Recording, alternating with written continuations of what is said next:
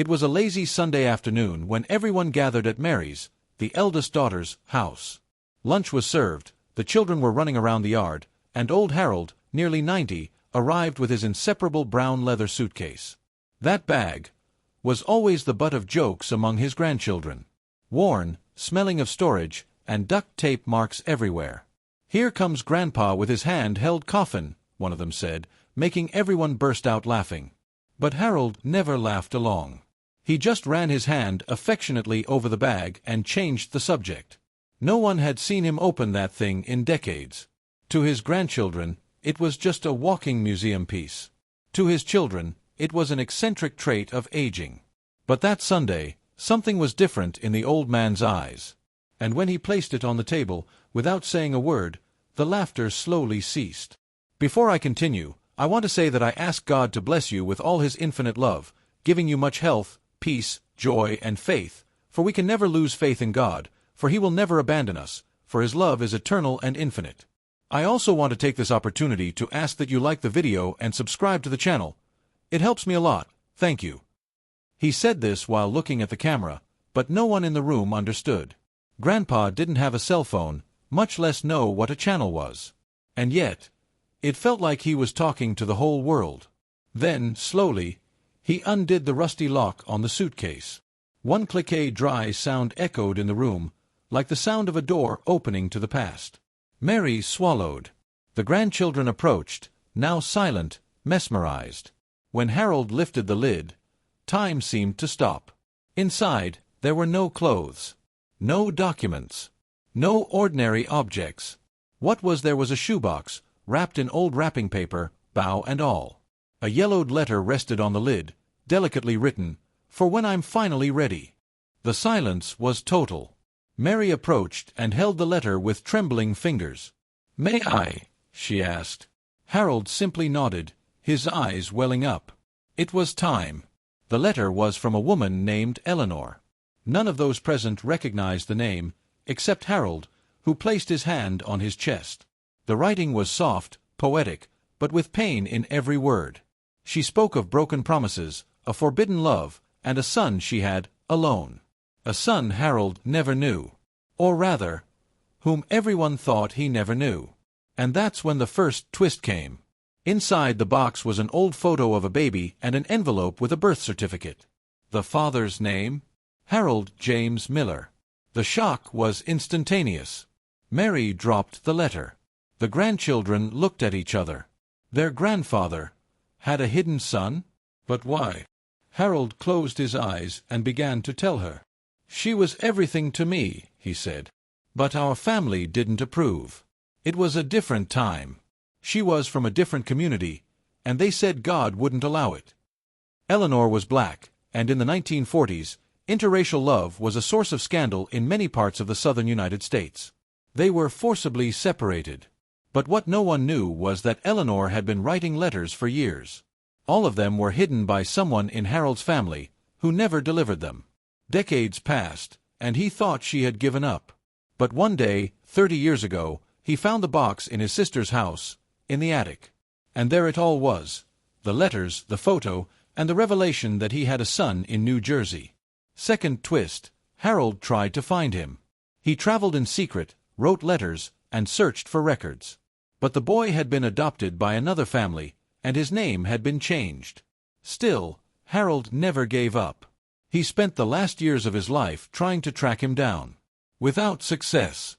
Until, a month ago, he received an envelope that changed everything. It was a letter from a man named Thomas. "You don't know me, but I have reason to believe you are my father." It was him. Harold and Eleanor's son. Thomas was now 66 years old, a pastor in a small town in rural Ohio, and had spent his entire life feeling like something was missing. And that void began to be filled when his mother, on her deathbed, told him the truth. Harold trembled as he showed another photo, a tall, smiling man with eyes that mirrored his own. "He wants to meet me," he whispered. The family was speechless. That old suitcase contained a story of love, pain, faith, and searching. And no one expected Harold to carry it all alone for so long. But the most incredible thing of all was yet to come. Thomas didn't just want to meet his father. He wanted to meet the whole family. He sent tickets for everyone to visit Ohio for Christmas. He said he'd already prepared a place for everyone. And the most beautiful thing, he forgave everything. He said he understood. He said God had his own timing, and that forgiveness is the beginning of all healing. The room, once filled with laughter, was now filled with tears. Mary held her father's hand. "You didn't have to keep it for so long, Dad." But Harold just smiled. "I needed you to be ready. I needed to be ready. And for God to say it was time." In that moment, everyone understood the weight of that suitcase. She wasn't just carrying objects. She was carrying memories, choices, pain, and a silent faith that one day all would be revealed. And that Sunday it was. But there was something else. Harold pulled a small Bible from the bottom of his suitcase. It was Eleanor's, with markings in Psalms and Isaiah. And a note, "Even though I walk through the valley of the shadow of death, I will not fear, for you are with me." In that moment, it was as if her presence were there, blessing their reunion. The grandchildren, previously skeptical, were moved. One of them, the youngest, asked to keep the Bible. He said he wanted to know more about God. What Harold carried wasn't just a story. It was a seed. And like any good seed, it needed time to blossom. What no one knew was that Thomas also had a daughter, who had always wanted to meet her father's family. And she would be there for Christmas. Third twist, Harold's eldest grandson, a skeptical and distant young man, started video chatting with her. And, well, you can imagine what started to happen there.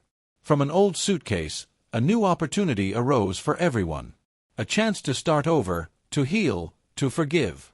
That room, once just a family gathering place, became sacred ground, where past, present, and future embraced, where silence spoke 1,000 words. And what no one expected was that, in the midst of all this, Mary found among Eleanor's papers a musical score, a song she had composed, called "When Heaven Waits." Mary had played the piano since she was young, and when she placed her fingers on the keys, everyone fell silent once more. The melody was simple, yet profound, like a sung prayer. Each note felt like a tear. And in the end, when the last note rang out, everyone knew something had changed. But what was to come on the Christmas trip? Could Thomas be keeping more secrets? Would this encounter bring even more revelations? Or was something no one expected about to happen? Only time, and God, could tell. The snow began to fall even before the plane landed. Mary looked out the small window, squeezing her father's hand affectionately. It was the first time they had all traveled together in years. It wasn't just a visit. It was a reunion with a piece of history no one knew completely. Deep down, everyone sensed that something momentous was about to happen. Thomas waited in the lobby of the small Ohio airport, holding a sign that read, "Welcome, Miller family." Tall, with his father's same wide smile, he looked nervous, but there was a light in his eyes. When he saw Harold, his eyes filled with tears. And when they finally embraced, it was as if time had stopped, nearly 7 decades of distance undone in a single gesture. Mary wept softly. Her grandchildren took photos and videos. The feeling was that something sacred was happening. In that embrace, there was forgiveness, love, and a new hope. But there was also a tension in the air, as if something was still hidden. And, indeed, it was. Thomas had something to tell, but it wasn't yet time. The house where Thomas lived was simple, cozy, and full of details that revealed his faith. Framed verses, old photos, objects inherited from Eleanor. "She taught me everything I know about Jesus," he said. "She prayed every night, and always said that one day God would restore what the world had destroyed." And now, there they all were. At Christmas dinner, everyone gathered around the table. Home-cooked food, shy laughter, prayers. Thomas blessed the food in a firm but emotional voice. And before dessert, he said, "I have something to tell you, something I've kept hidden for many years." Silence fell over the room. Mary held her fork in the air. Harold looked at his son with eyes full of anticipation and fear. "When I was 24, I went to California to study theology. There, I met someone." Thomas's voice trembled. Her name was Sarah. She was sweet, strong, full of life. We got engaged. And before we got married, she found out she was pregnant. Mary's eyes widened. The grandchildren looked at each other. Harold simply murmured, "Do you have children?" Thomas nodded. "Yes. A daughter. But I never got to raise her." And then came the first twist. Sarah had been diagnosed with an aggressive cancer while still pregnant. She chose to continue with the pregnancy, even though she knew her life was at risk. She said our daughter's life was the gift God would give us. And so, Emily was born. Thomas's grief was palpable. Sarah passed away 3 days after giving birth. And I collapsed. I didn't feel ready. I was in my last year of college, without structure, without direction. He decided to temporarily leave Emily with her maternal grandparents, but the months turned into years. I was a coward. I never went back to get her. I never saw her again. The room was silent. Harold trembled. "Would you forgive me if I said I met my daughter only once, when she was 13? Thomas looked at his father with shame. "I only watched from afar. She doesn't know who I am. I never did." Mary stood up and hugged him. "Now's your chance. God is giving you the same opportunity He gave our father." And the second twist wasn't long in coming. Thomas revealed that he recently learned where Emily lived. And what's more, she was a singer. And she had written a song called "Fatherless Christmas," Christmas without a father. A silent hymn of his pain. Thomas had discovered it weeks earlier, overhearing it on Christian radio. The song spoke of absence, of prayers said while looking out the window, of imagining what a father's embrace would be like. Thomas wept. It was like she was speaking directly to me. He didn't know how to introduce himself, how to reach out, how to fix what had broken. But now, with his family together, he felt he no longer needed to run away. Harold took his son's hands. "You're not alone. And you have a family now." The grandchildren, moved, said, "Let's go find Emily together." And Thomas, for the first time in decades, smiled lightly. "I think she's singing at a Christmas service this Sunday. I can take you there." Hope began to emerge between the cracks of grief. The next day, everyone went to the church where Emily would sing. A small, packed church, decorated with simplicity and love. When she walked down the aisle, Thomas's heart nearly stopped. Brown hair, lively eyes, a sweet voice that filled the room with peace. She began to sing the song, "Fatherless Christmas," and at that moment, everyone cried. Mary squeezed her father's arm. "She looks like Eleanor, doesn't she?" Harold nodded. It was like seeing the past blossom into the present. When the song ended, Emily thanked him and stepped down from the altar. And that was when Thomas found his courage. He approached, trembling. "Emily, can I talk to you for a minute?" She looked surprised, but something in her eyes said she felt something different. "You don't know me," he began. "But I know you, and I know who you are. And I just wanted to say, forgive me for taking so long." Emily took a step back. "You're my father." Her voice was a whisper. Thomas nodded. "Yes. And I've been looking for you my whole life. But only now have I found the courage." The silence lasted an eternity. And then, she hugged him. No questions, no shouting, no drama. Just a silent embrace, filled with tears and faith. Third twist, Emily knew who he was. Since she was 13, her grandparents had told her. But she waited. "I waited for you to find me, Daddy. Because I knew that God doesn't waste pain." That church, that day, became sacred ground too. The reunion was followed by smiles, conversations, and shared memories. Emily sat with her cousins, with Mary, with Harold. It was as if she had always been part of the family. Harold gave her Eleanor's Bible. "Your grandmother really wanted to meet you. And I know she's watching all this from heaven."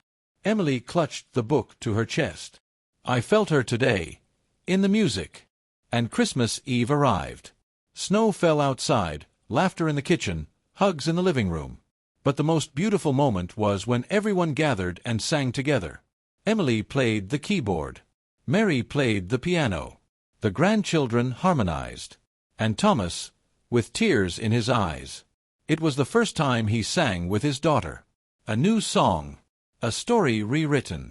That night, Emily wrote in her diary, "Today I understood the true meaning of Christmas. It's about reunion, forgiveness, and the miracle of a time that's never too late." No one slept early. They stayed there, talking, telling stories of Eleanor, of Sarah, of how God works in silence, but never stops. And even with all the joy, something lingered in the air. A feeling that there was more. As if fate had one last surprise in store. Something hidden, perhaps. But that we would only discover after the new year. Because the cycle was just beginning. And time had even more to reveal. New Year's Eve arrived with silent fireworks and long hugs. It was the first New Year in decades when Harold felt complete. Emily was by his side, Thomas smiled with a light look, and Mary was making hot chocolate in the kitchen. But it was when the church bells rang midnight that it all began. An unexpected visitor knocked on the door. It was the pastor of Thomas's church, carrying an old envelope. "I found this in the church archives. It was stored with Eleanor's papers. I thought it might belong to your family." The envelope was sealed with wax and bore the initials E.M. Harold recognized it immediately. She left something behind. The mood in the room changed instantly. With trembling hands, Harold opened the envelope. Inside was a letter, the ink already slightly faded, and a small piece of fabric embroidered with the phrase, "Truth sets you free, but forgiveness heals." Mary whispered, "It's biblical." And then they began to read. It was Eleanor's delicate handwriting, written as if she were speaking to her future self. She began by saying, "If this letter has reached you, it's because God has allowed it. And that's enough for me." Each line was a mixture of faith and pain. Eleanor said she had hidden something very precious, not out of selfishness, but for protection. There are things a woman keeps in her heart, waiting for God's time to come. And that time had come. The letter revealed that Eleanor had received a small inheritance from her father, land in rural Georgia, purchased in the 1930s. Eleanor never spoke of it to anyone. "I didn't want it stolen from me, or from you." The land was isolated, but there was a small house, a stream, and fruit trees. But most important, it was buried. Yes, buried. The first twist, Eleanor had hidden a sealed wooden chest there, with instructions to open it only when Harold found his son. "In this chest, I placed what was left of our love. What life didn't allow to live, but heaven kept with care." Emily looked at everyone, unsure what to think. She knew this day would come. The letter included a hand-drawn map. And, even more surprising, a Bible verse at the end, "There is a time for everything under heaven." Ecclesiastes 3 verse 1. Harold's heart pounded like a drum. "Let's go there." Mary hesitated. "No. It's over 700 miles from here." But Thomas was already reaching for the keys. "You have things that can't wait." The journey was long. Almost 2 days spent crossing states, cities, and memories. They slept in roadside motels and ate apple pie in forgotten diners. But with every mile, their bond grew. It was as if Eleanor were guiding every step. When they reached the small town of Gray, Georgia, everything grew quieter. The property was abandoned, but alive. Vegetation had taken over, but the small wooden house still stood. The stream ran in the distance, exactly as described. Emily walked slowly, as if sensing something in the air. "This is it," Harold said, stopping suddenly. The map led to an ancient cherry tree, its roots exposed and shade firm. They began digging with their hands, then used tools they found in the house. The sound of metal against wood made everyone hold their breath. A chest, with rusty latches, finally appeared. Mary wept. Harold fell to his knees. 70 years, Eleanor. You've waited for this." And then, they opened the chest. And no one was prepared for what was inside. The trunk contained antique dresses, Eleanor's complete diary, rare photographs of the two of them together, and a small box containing 2 wedding rings. They were ours, even if we never wore them. But there was more, a folder with legal documents, the second twist. Eleanor had officially left the property in her son's name, Thomas. even before she knew he would find it. Thomas was shocked. She believed, even without knowing it. Emily picked up the diary and began to read. Eleanor recounted her entire love story with Harold, the secret encounters, the cruel separation, the pain of raising a child alone. But she also spoke of faith, how she never stopped praying, and how God never fails, even when the world seems cruel. On one page, Eleanor wrote, "One day, this land will be yours. I want you to gather here, to have parties, to plant new trees, to forgive each other, to let God mend the pieces." The emotion was so intense that no one could speak. It was as if every word had been written that morning. And then, the third twist, behind the trunk, buried even deeper, they found a small metal box. Inside, a will. Eleanor had registered the inheritance in Thomas's name, but also in Emily's. She knew. She always knew. Harold wept silently. Emily held her grandfather's hand. That was her way of saying she loved me, even though she didn't know me. They spent 2 days in the house, cleaning, rearranging, making plans. Thomas promised to restore the place. Mary suggested they build a small chapel there. A place to give thanks. To start over. The grandchildren planted flowers. And Harold sat under the cherry tree, reading his diary for the 100th time. Now I understand. It all came down to this moment. And on the last day, something magical happened. While rummaging through one of the walls in the basement, they found an unfinished painting. It was of Eleanor, depicting the family she dreamed of having. Harold, her, a boy, and a girl. She saw you, Emily, before you were even born. Everyone fell silent. It was as if Eleanor were there. Really. Before leaving, they said a prayer. All holding hands, under the Georgia sky. Lord, thank you for not giving up on our story.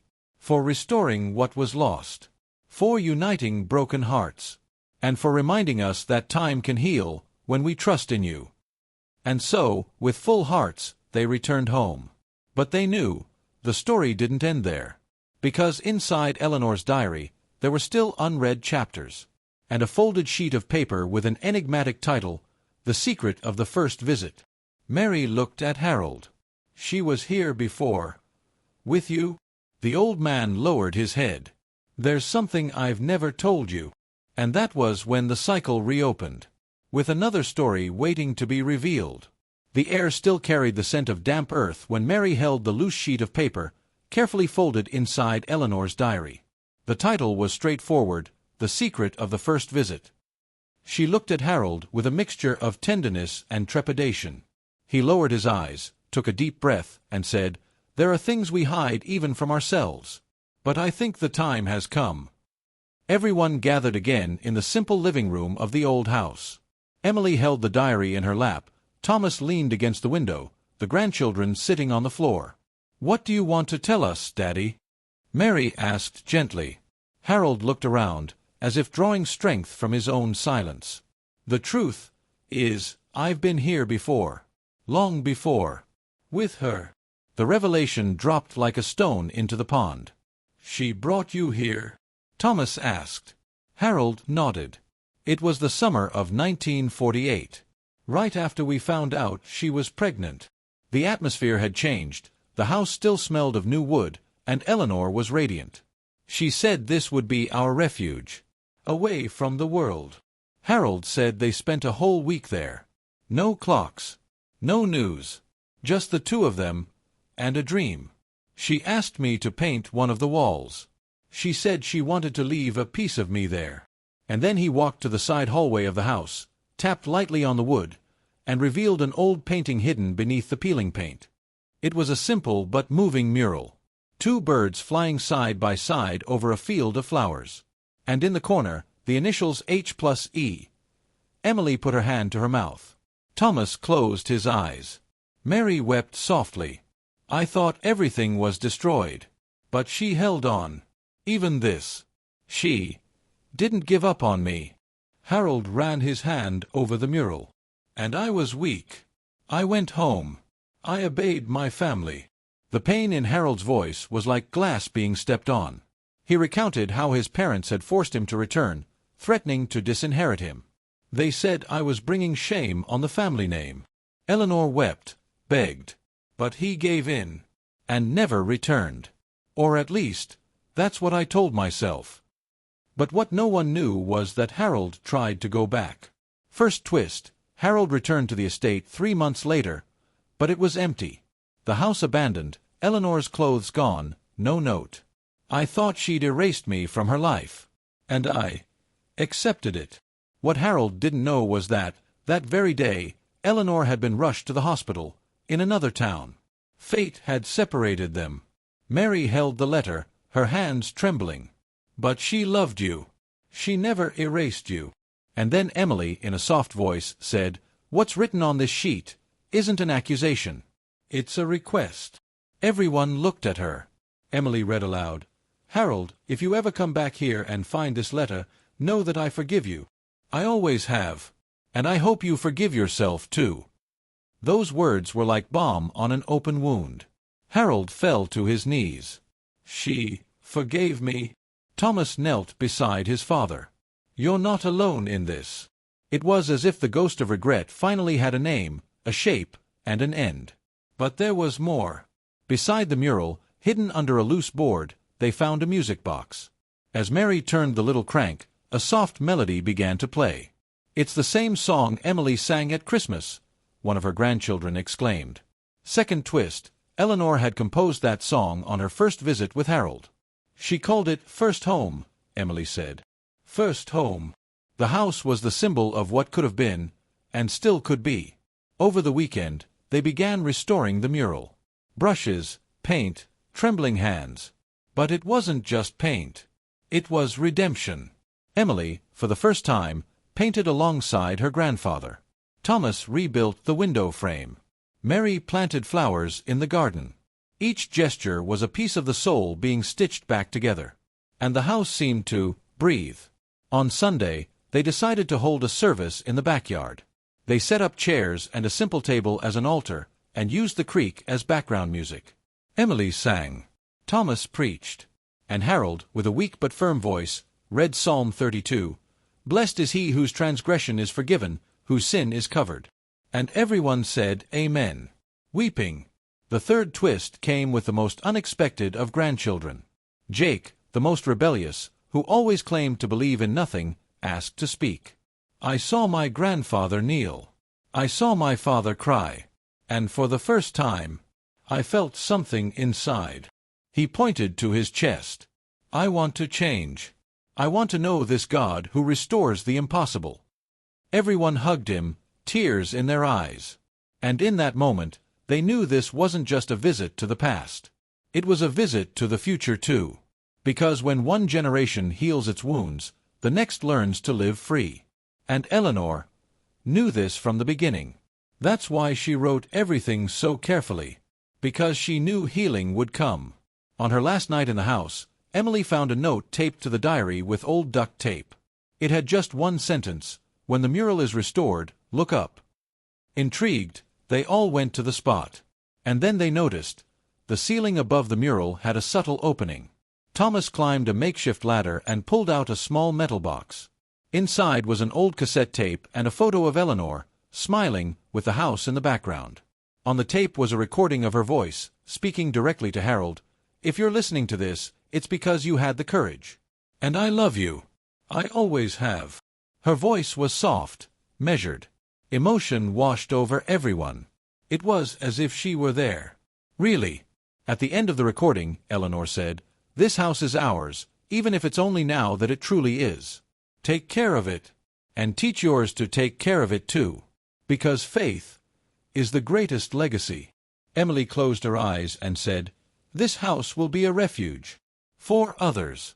For those who need to start over." And Thomas replied, "Let's make it a place of healing." But before they could return home, Mary received an unexpected connection. It was a man with an odd name, saying he had met Eleanor in 1955, and that he had something to deliver. An envelope. "She asked me to keep this until her family found me one day." And then, the next cycle opened.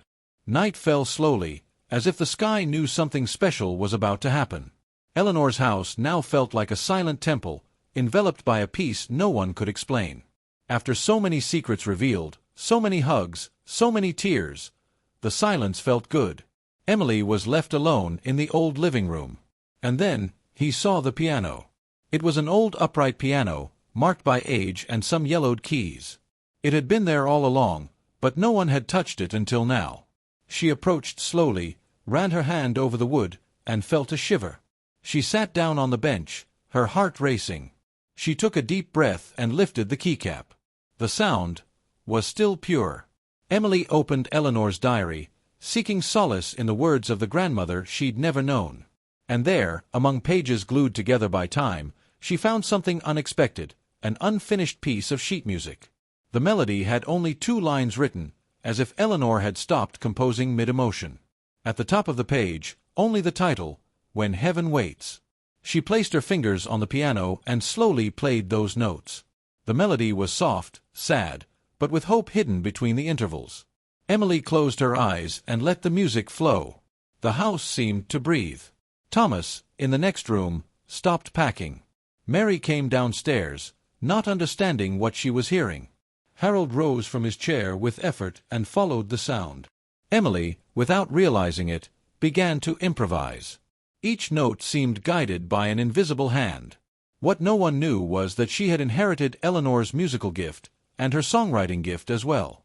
The melody grew like a prayer, with ups and downs, as if telling an entire story without words. And then, something happened. Mary wept. Not tears of pain, but of relief.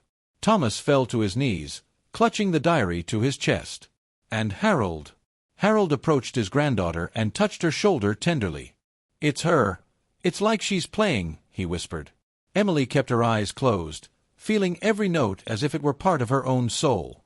When she finished, everyone gathered around her. And the silence that followed was deeper than any words. "You need to finish this song," Mary said. "She started it, but you have to finish it." Emily looked at the journal.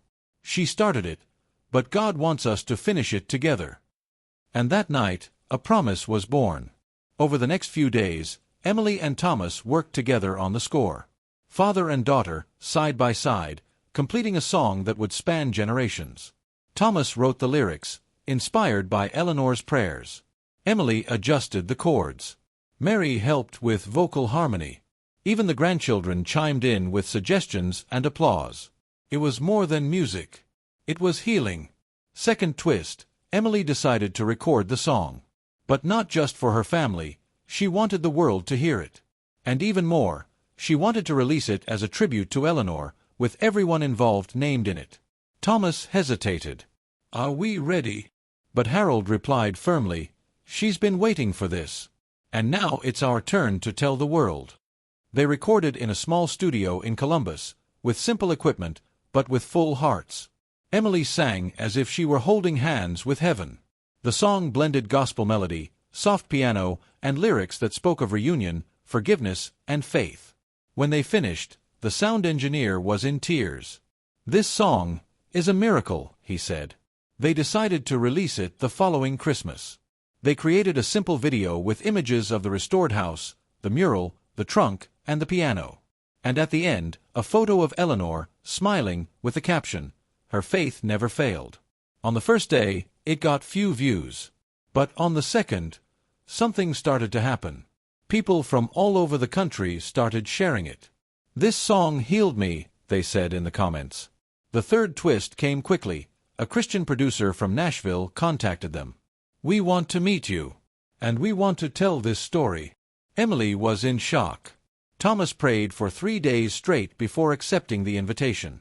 If God opened this door, it's because He has plans. They traveled together, gave interviews, told everything. And the song exploded. Thousands of people learned about Eleanor's story. Churches began to sing When Heaven Waits, families reconnected, inspired by the testimony. Even people who had abandoned their faith began to pray again. "If God did it for them, He can do it for me," wrote a woman in Texas. It was as if the miracle had multiplied. But the most powerful impact was within the family itself. Jake, the rebellious grandson, asked to learn the piano. Mary returned to composing, something she hadn't done since she was young. Harold, even though he was weakened, began writing letters to people at the local church, offering forgiveness and prayers. Emily was invited to sing at conferences. And Thomas dreamed again. One day, Emily asked her father, "Do you think she hears this from heaven?" Thomas smiled, his eyes moist. "I think she's directing everything." And Harold, in a weak voice, added, "She doesn't just hear it, she knew it would happen. That's why she prepared everything." And once again, everyone sensed that Eleanor's faith was greater than anyone had imagined.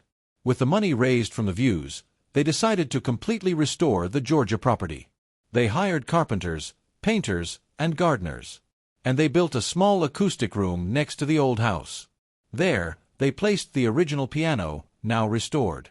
High on the wall, they wrote in gold letters, "The song that healed generations."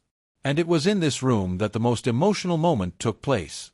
Emily, with an audience of just 7 people, her family, played When Heaven Waits one last time, for Harold. He was weak, but lucid.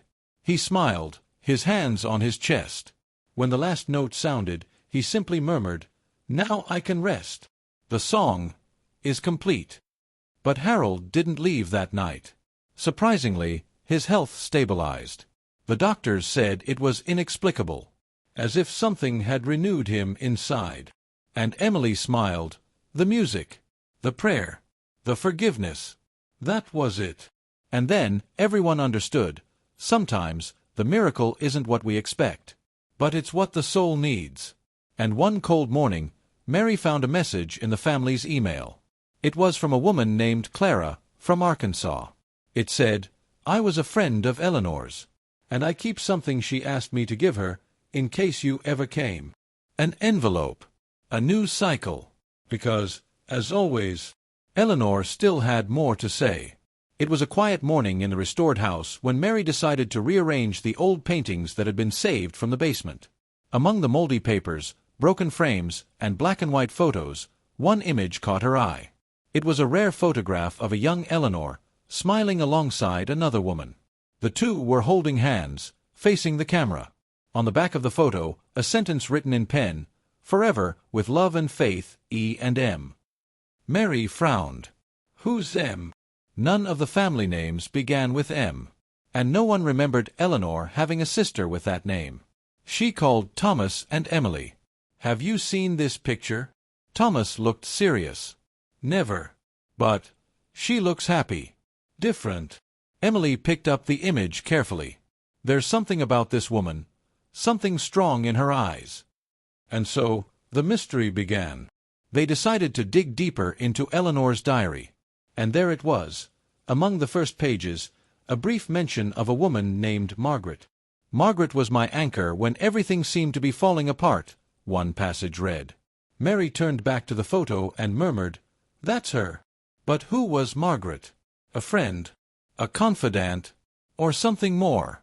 Emily felt a tightness in her chest. Later in the diary, Eleanor wrote, "Margaret taught me to have faith, even when the church said I had no place." Thomas stopped reading. The atmosphere grew tense. "Do you think—" Mary just shook her head. "Let's take it slow." But there was something between the words. A kind of affection that went beyond friendship. And the next few pages seemed hidden, on purpose. They found pages torn out, parts erased with dark pen. It was as if Eleanor had struggled with her own story. But why? What was she afraid to reveal? Emily found a clue, a separate letter with the name Margaret at the top, undated. "I wish things were different. I wish the world understood our kind of love. But God knows all things." The first turning point came there. Eleanor and Margaret met at a spiritual retreat in 1952, at a rural convent. Both were seeking healing from deep pain. Margaret had lost her brother in the war, Eleanor, Harold, and their baby. And there, in the silence of faith, they found solace in each other. The letter described nights they prayed together, wept together, and loved in silence. But Eleanor made a choice. "God had another plan for me, and I couldn't follow it with a divided heart." Margaret then moved to another state. And Eleanor continued her mission, raising Thomas alone, immersed in community service. But she never forgot. She was my second chance at love. And my test of faith, she wrote. Mary closed her eyes, trying to absorb it. It doesn't change anything. It just shows how human she was. Thomas nodded. And how real her faith was. She sacrificed what she wanted, for what she believed was right. Emily asked softly, I wonder if Margaret is still alive? It was her grandfather who answered, his voice hoarse. I think so. I saw her once. Second twist. Harold confessed that Margaret came to him in the 1980s. She came to me, gave me a letter, and said, she still loves you. But she doesn't want you to know. He never quite understood. He threw the letter away, afraid of making a mess of things even more confusing. Now I regret it. Mary picked up the photo again. We need to find her. They used her full name, Margaret Hamilton, and searched records. After hours, Emily found something, a woman by that name, now in her 90s, living in a Christian home for women in Savannah, Georgia. Thomas called. A calm voice answered. And when he said, Eleanor, the silence on the other end was answer enough. Margaret still remembered. They scheduled the visit for the weekend. They took the photo, the letter, and the diary. When they entered Margaret's room, a white-haired woman smiled. I knew you would come someday. Emily sat beside her and showed her the photo. Margaret touched the image with her slender fingers. That was the happiest day of my life. And the saddest. During their conversation, Margaret calmly revealed everything. She confirmed that the love between them was real. That Eleanor was her soulmate, even if time and faith had taken different paths. She chose God above all else. And I chose to love in silence. Emily wept. Thomas, with tears in his eyes, asked, Did you keep anything from her? Third twist. Margaret opened a wooden box. Inside were dozens of letters, all signed by Eleanor. They were prayers, memories, songs, devotionals. She wrote as if she were praying for me. Emily asked to read it aloud. One letter read, Even though we are far apart, we will meet in heaven. And there will be no judgment. Only love. They stayed there for hours. They sang together. They prayed. Margaret blessed each member of the family. You are the fruit of her faith. And now mine too. Before they left, Margaret gave them a gift, a copy of a song Eleanor wrote especially for her. It had never been shown to anyone. It was called Whispers of Grace. On the return trip, Emily sat in the back seat with the sheet music on her lap. She began to imagine the arrangement. Maybe that'll be the next song. Mary glanced in the rearview mirror and smiled. You'll give voice to all the women who loved in silence. Thomas added, and you'll show that God's love is greater than our human categories. Upon arriving home, they decided to mount an intimate exhibition in the estate's chapel. Photographs, letters, objects, and the story of Eleanor and Margaret. Not as a scandal, but as a testimony. Of faith, of choices, of redemption. Because what Eleanor experienced was real. And now, her truth could finally be told with dignity. On the first night of the exhibition, a lady visitor approached Emily and said, I've experienced something similar. I've never told anyone. And then, she told. And cried. And prayed. And was hugged. Emily understood, then, that this story was bigger than her family. It was about hundreds, maybe thousands of hearts waiting for healing. And in that moment, as the sun set over Eleanor's estate, Emily sat at the piano and began to compose. Not just a song, but a legacy. And between the lines of the melody, a new cycle began. Because love still had more stories to tell. The house was quieter than usual that morning. Emily had left early to sing at a local church, Mary was making coffee with one of her grandchildren, and Harold was resting in his room. Thomas sat alone in the house's prayer room, surrounded by photos of his mother, old newspaper clippings, and memories that seemed to whisper things he never wanted to hear. That's when he noticed the brown box hidden at the back of the bookshelf. It was an ordinary box, unmarked, but with an old-fashioned padlock. Thomas knew exactly what it was. He had put it there himself years ago, trying to forget. He took out the key, which he had kept hidden in the cover of his Bible since becoming a pastor. He took a deep breath and, for the first time in decades, decided to open what he had spent so long avoiding. The diary. Thomas's diary began in 1982. The shaky writing of a lost young man, trying to understand God's calling and the guilt of his own choices. Lord, why did I leave? Why did I leave my daughter? Those words were even stronger now, after being reunited with Emily. But there were other parts he never had the courage to tell. Between the pages, a confession. Thomas had suffered a profound crisis of faith after Sarah's death. Not just sadness, a darkness that led him to completely abandon his Christian life for nearly 5 years. I drank. I got involved with the wrong people. I said horrible things to God. He even considered taking his own life. But something stopped him, a voice. On one of his darkest nights, alone in a rented apartment in San Diego, he heard clearly, "There is still grace for you." From that moment on, he began writing compulsively. Entire notebooks, letters to God, outbursts, laments.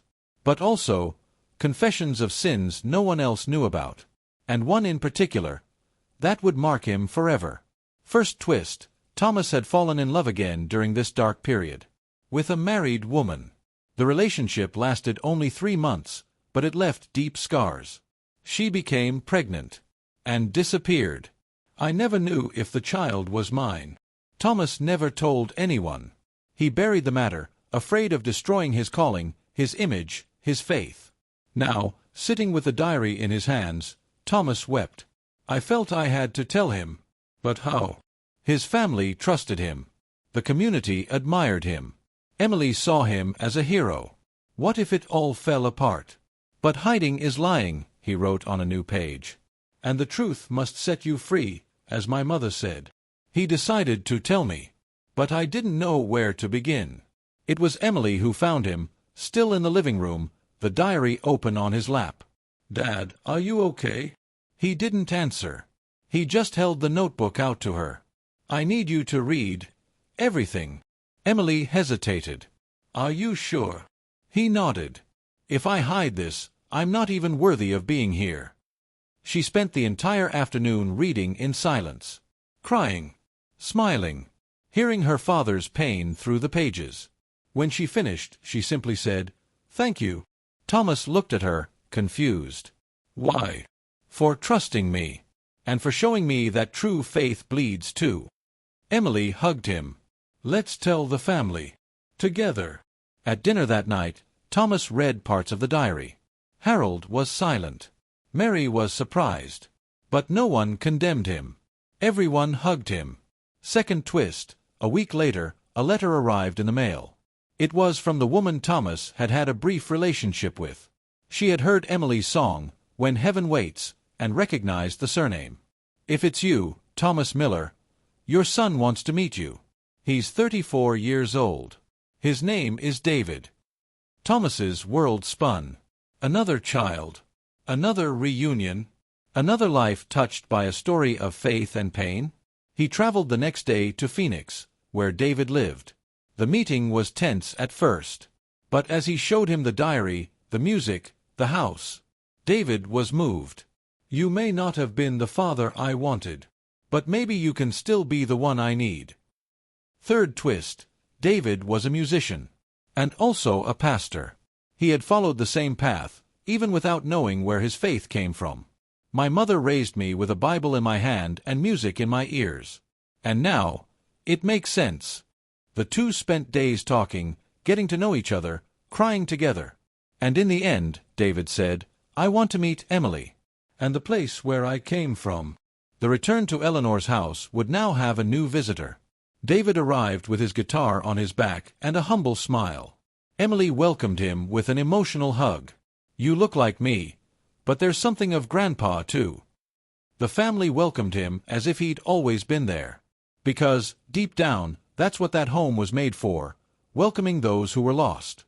That same week, the three of them, Emily, David, and Thomas, composed a new song. The diary song a hymn about the fall, redemption, and the power of truth-telling. The song was performed at the Savannah Church, where Margaret still lived. And she, sitting in the front row, wept as if she had seen Eleanor at the piano. After the service, a woman approached Thomas. "Pastor, your journal saved my marriage. I read the part where you talk about God's forgiveness, and I saw my husband reflected there." That was it. The journal that had nearly destroyed his life was now restoring others. And every line, every tear, every confessed pain became healing in the hands of the Creator. Thomas decided to publish the diary. In full. Uncensored. Unashamed. Entitled Confessions of a Ruined Pastor, and the foreword? Written by Emily, this book is about a man who fell, but chose to get up.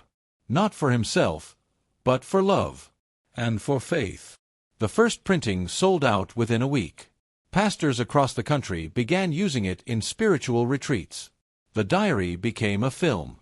Small, produced by a North Carolina church, but powerful. Harold watched in silence, holding hands with Mary. "Our legacy is now true," he said. "Without makeup." And Emily, sitting between the brothers, knew something new was beginning. Thomas's pain had been transformed into ministry. On a typical Sunday, Thomas preached from John 8, "Let he who is without sin cast the first stone." And at the end, he looked at the congregation and said, "I am the sinner, but I am also the forgiven."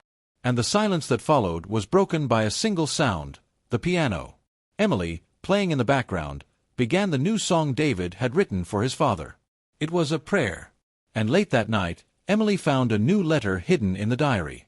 But this one wasn't from Thomas. It was from Eleanor. Addressed to "my son, when he's a real man." And so, another cycle began. Because, even in the silence, Eleanor still spoke. It was late afternoon when Emily decided to rearrange the old books on the wooden bookshelf in Eleanor's old sewing room. As I pulled out a worn leather-bound copy of Proverbs, something fell out. An old, unstamped envelope, yellowed with age. On it, handwritten in shaky script, "To Harold, when I'm no longer here." Emily's heart raced. She immediately called Thomas and Mary. "I think I found another letter from Grandma." The envelope looked intact, as if it had never been opened. Thomas held it for a moment, took a deep breath, and brought it to Harold, who was lounging in the rocking chair. "Dad, it's for you." Harold said nothing. He just ran his hand over the envelope, recognizing the line. "She wrote this for me?" With trembling hands, he opened it. Inside were two carefully folded sheets of paper. Eleanor began by saying, "If you are reading this, it is because time has finally done what I could not." The letter was long, with words both sweet and painful. A confession from someone who loved deeply, but also suffered in silence. She spoke of regret, longing, and forgiveness. "I don't blame you for leaving. I know you were caught between what you wanted and what you should have. And I know I was scared too. But, Harold, you needed to know that I never stopped loving you. Not for a second." Emily held back tears. Thomas read aloud. Mary wept silently. But Harold, he didn't cry. He trembled, as if every word burned inside him. Eleanor recounted trying to deliver this letter in person. "In 1955, I went to your house. Your mother said you were away. She took the letter from me. And I never heard from you again." First twist, the letter had been hidden by Harold's own mother, and only now, so many years later, had it resurfaced.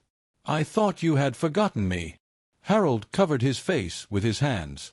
"My mother, she never told me anything." The pain of so many years now had a name and a face. Eleanor also wrote, "I don't write to accuse. I write because I need you to know. I forgive you. And I hope that one day you will forgive yourself too." Thomas held his father's hand. She always had hope. Always. On the second page, Eleanor revealed something no one knew. The second twist, she was on the verge of marrying another man, a widower from her church. "He was good. He respected my past. He asked me to marry him. I almost said yes, but I couldn't." She refused. Because, in her heart, she still belonged to Harold. "I was alone by choice. Because I waited for you. Even without knowing it." The letter ended with one verse, Romans 8 verses 38 to 39. "For I am convinced that neither death nor life will be able to separate us from the love of God." And below that, just one sentence. If you still love me, say it in prayer.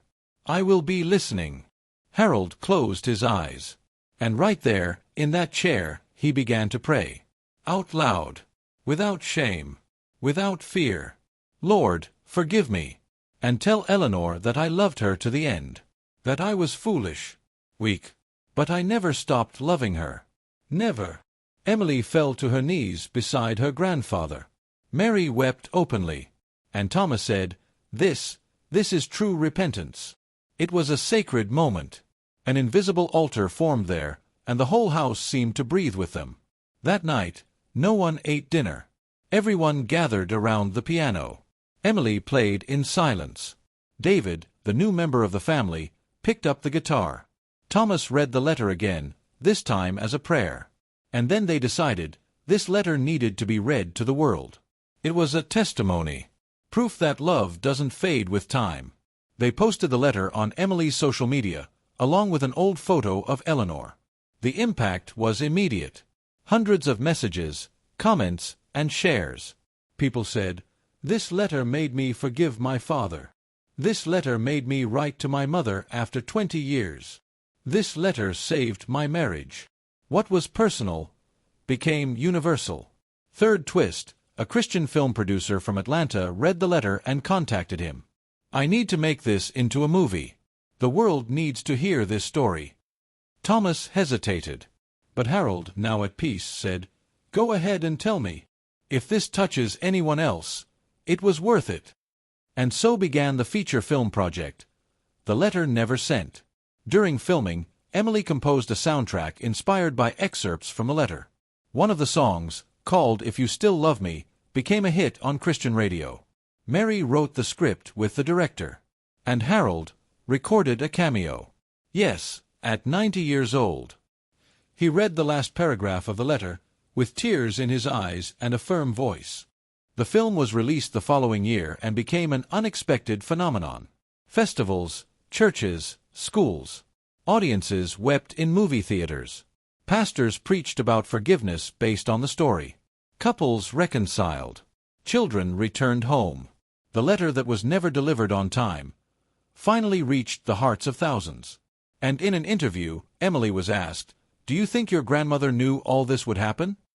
She smiled. She didn't know how, but she knew why. She wrote it to restore. And God took care of the rest. The reporter smiled and asked, What if Harold had read it before? Emily replied tenderly, It wasn't time.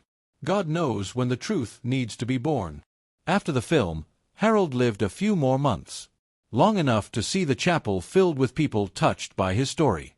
Long enough to hear his grandchildren sing hymns written by Eleanor. Long enough to whisper before he left, She forgave me, and now I can rest. The letter had been read, and his heart finally understood. But at the wake, Mary found something among Harold's belongings.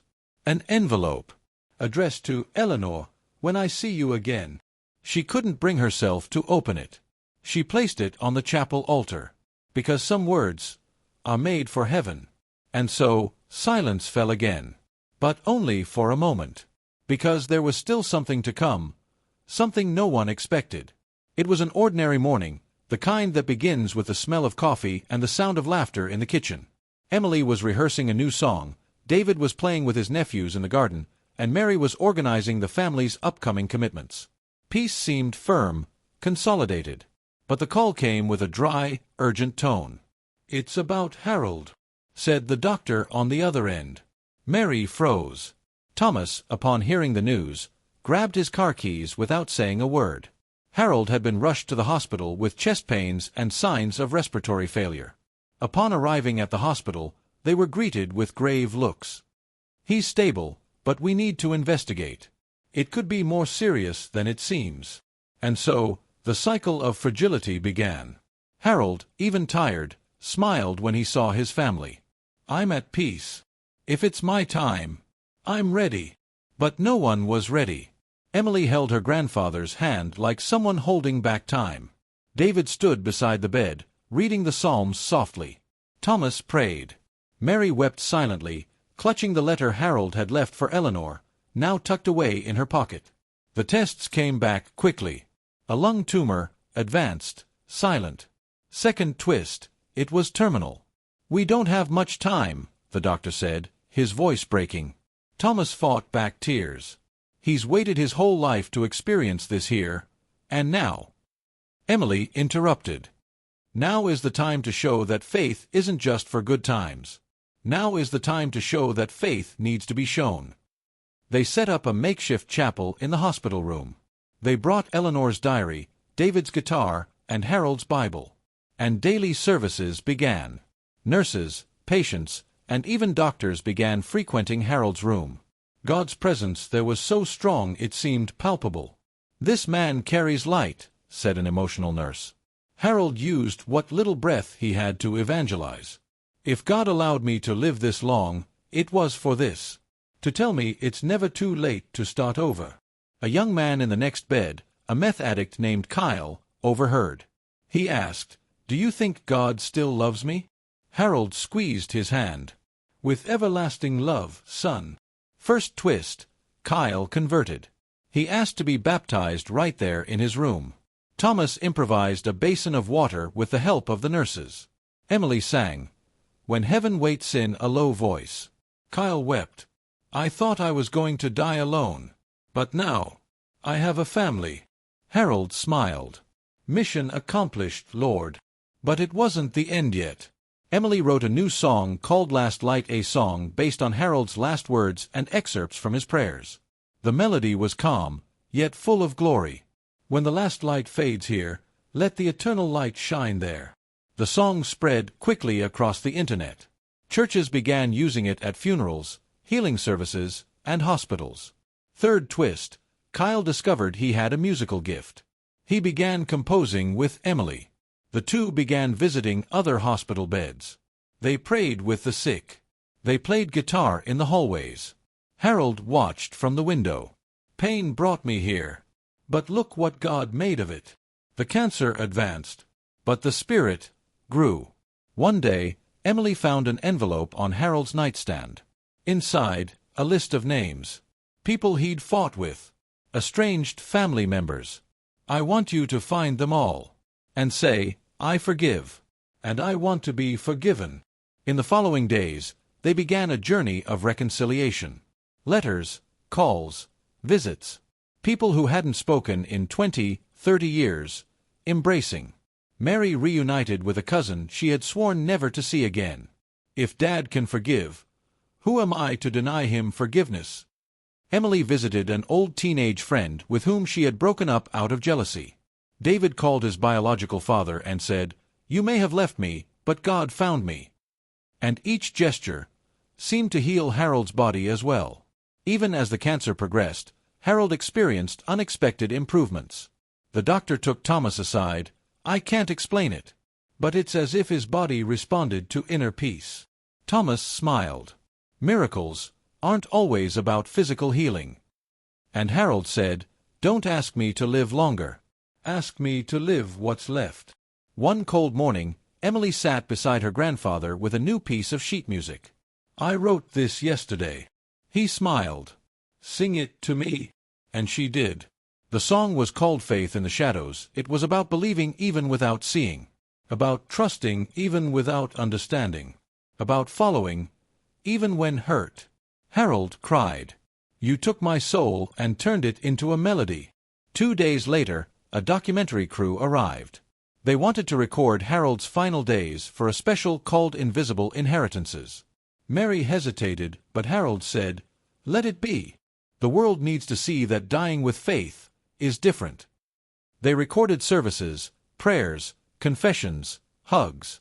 Emily recorded an acoustic version of Last Light just for the documentary. One Saturday afternoon, as the sun gently set, Harold called for everyone to gather. Thomas read Romans 8 aloud. Emily held his hand. David played a soft melody. "Lord, I'm ready," he whispered. And with a final, soft sigh, Harold was gone. Like someone sleeping after a life lived to its fullest. But the morning was light. Because faith was heavy. Heavy with meaning. With memories.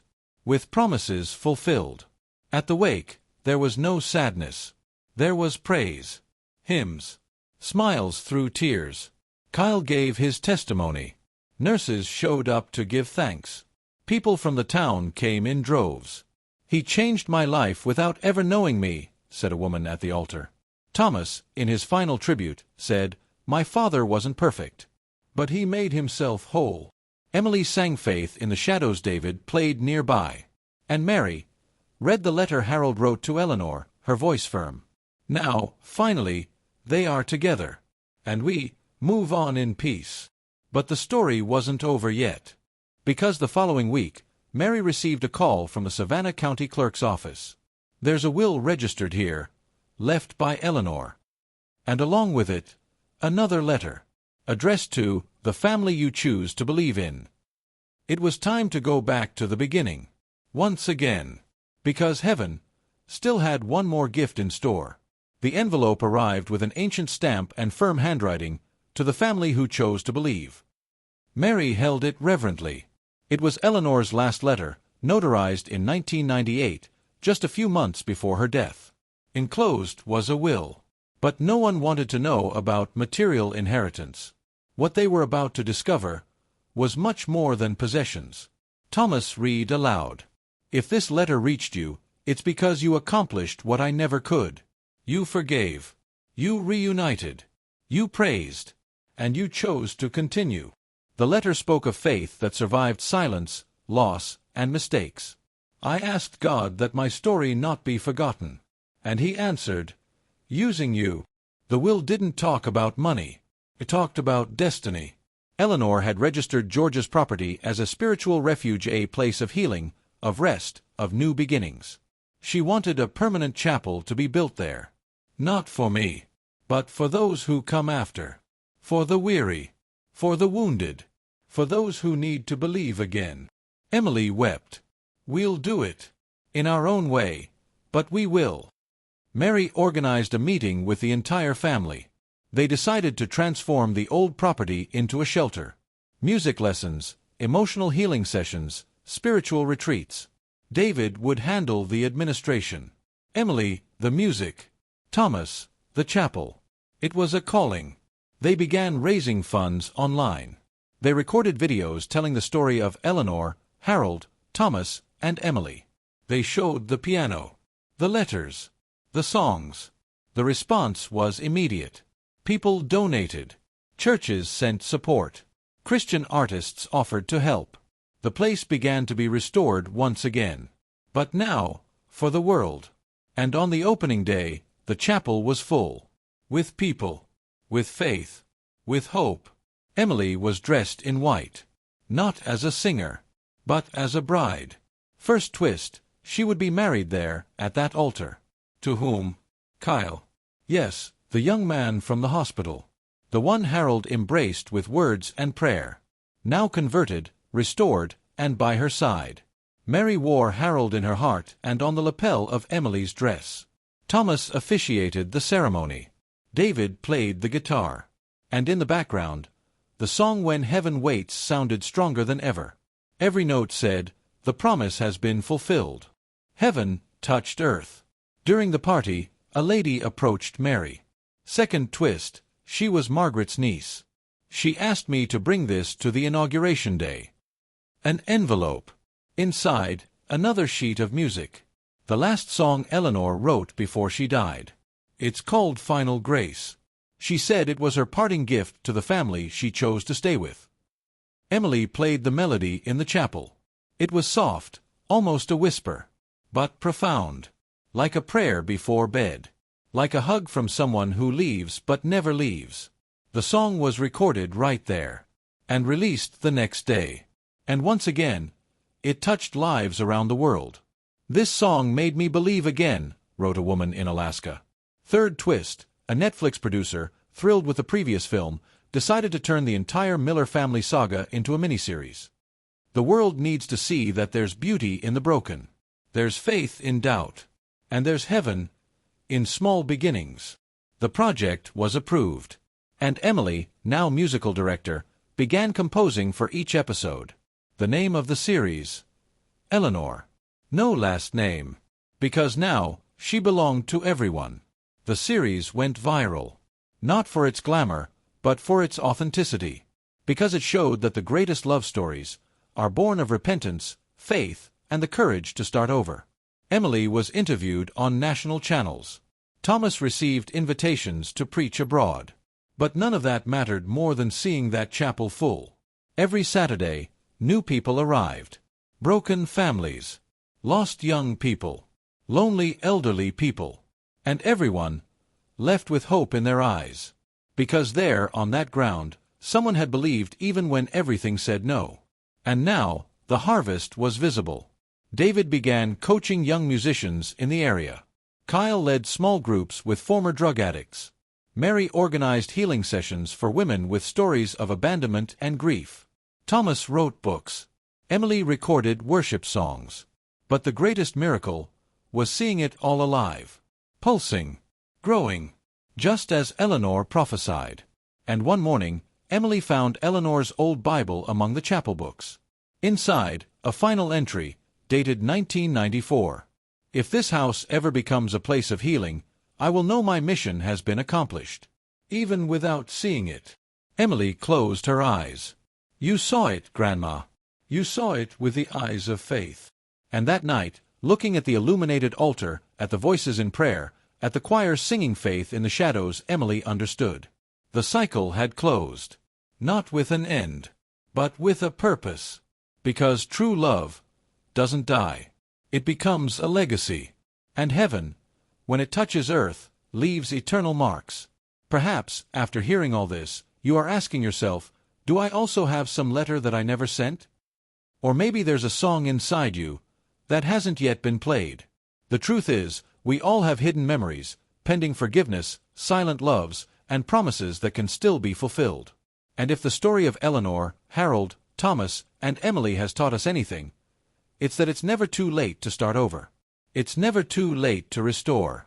It's never too late to let God transform our wounds into testimonies. But now, the question remains, and you? What are you waiting for to take the first step? Is there someone in your life waiting for your call? Is there an old pain that needs to be placed in God's hands? Or could it be that, like Eleanor, you too have a legacy to leave, even without knowing how or when? Time passes, but love remains. And faith always finds a way.